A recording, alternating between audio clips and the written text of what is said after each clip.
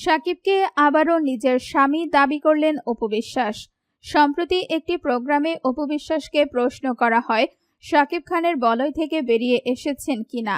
উত্তরে তিনি বলেন, কারো বলয় থেকে বের হওয়া কিংবা কাউকে চ্যালেঞ্জ করার ব্যাপার না। আমি কাজকে ভালোবেসে কাজকে সম্মান করি। সাকিব আমার স্বামী, তাকে সম্মান করি। তার বলয় বলে কিছু নেই, আমি এখনো তার মধ্যেই আছি।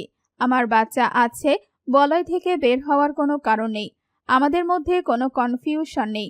আমি কাজ করছি, ও কাজ করছে। পারিপার্শ্বিক কারণে ছোটখাটো কিছু ঘটনা ঘটে, কিন্তু সেটাকে মানুষ এভাবে প্রচার করছে বলে খুব কষ্ট পাচ্ছি। প্রত্যেকটা মানুষেরই ব্যক্তিজীবন আছে, কিন্তু এসবের মধ্যে সাকিবও নাই, আমিও নাই। একটা কাজ করতে গেলে একজন মানুষকে এমনিতেই চাপে থাকতে হয়, আবার সাংসারিক জীবনের কথাবার্তাগুলো বলতে গেলে আরেক চাপ হয়ে যাবে। সে কাজ করছে, কাজ করুক।